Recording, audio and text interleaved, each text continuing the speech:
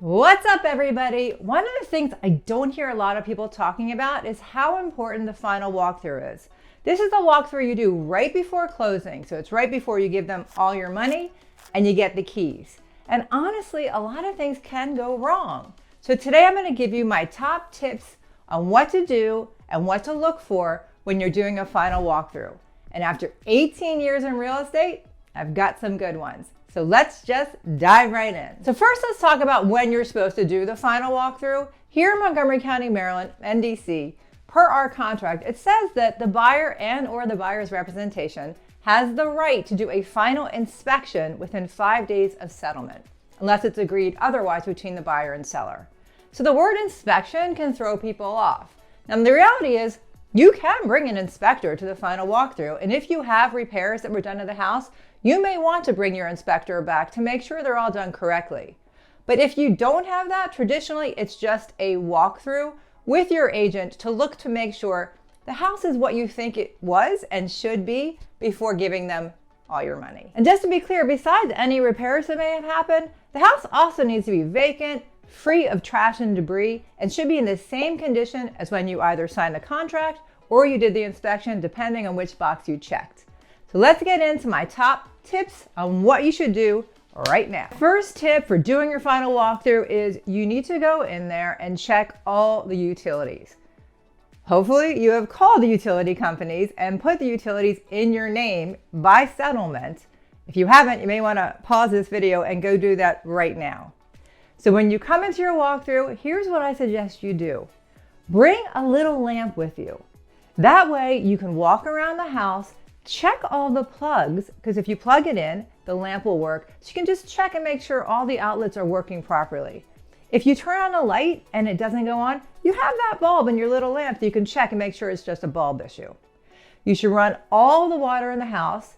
In fact, I kind of suggest running it all at the same time and then filling up the sink, at least one of the sinks, turning it off, let it drain, check under the sinks to see if there's any leaks happening. Run the dishwasher, run the washer and dryer, run the heat or AC, depending on what time of year it is. You don't want to do the heat in the summer or the AC in the winter, especially the AC in the winter. That can really mess up your pipes.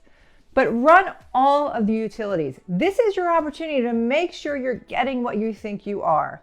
So don't be shy and take your time. Turn everything on, make sure you turn it off when you leave, and you'll feel so much better after you get those keys when you go to your new home. My next tip is when you go to your final walkthrough, bring a measuring tape with you. Or you can download one of those cool apps that'll measure for you. This is your time to measure the rooms and make sure the furniture that you're bringing in is gonna fit in the rooms that you wanna put it in.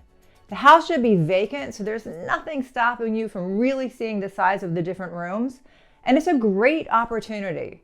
The worst thing that can happen is when you are on moving day and you're moving into your new home and you're all excited and you can't fit a couch or you can't fit something through one of the doorways. Or you put the furniture in a room and it looks terrible because it's too much furniture for that space. So take your time during the final walkthrough, measure the rooms, make sure you know what you're doing, and like I said, on moving day, it will feel so much better. My next tip is when you're doing your walkthrough, if there has been repairs that the seller has made per the contract, bring all of the receipts with you. You should have them by now. And if not, make sure you ask your agent to get the receipts before the final walkthrough. This way, if you're not bringing your inspector with you, you can walk through the house with the receipts, with the inspection list, and just check off and make sure each one was repaired. The receipt is there with a licensed contractor attached, if you requested that per the contract.